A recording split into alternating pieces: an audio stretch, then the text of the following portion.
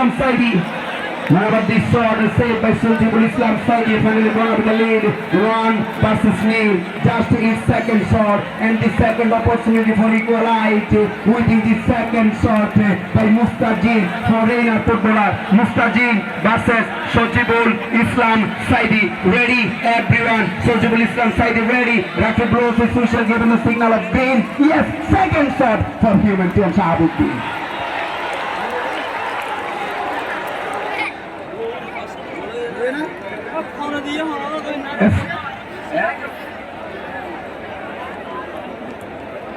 About the iron of the Hindi but Murray about I don't know the Hindi.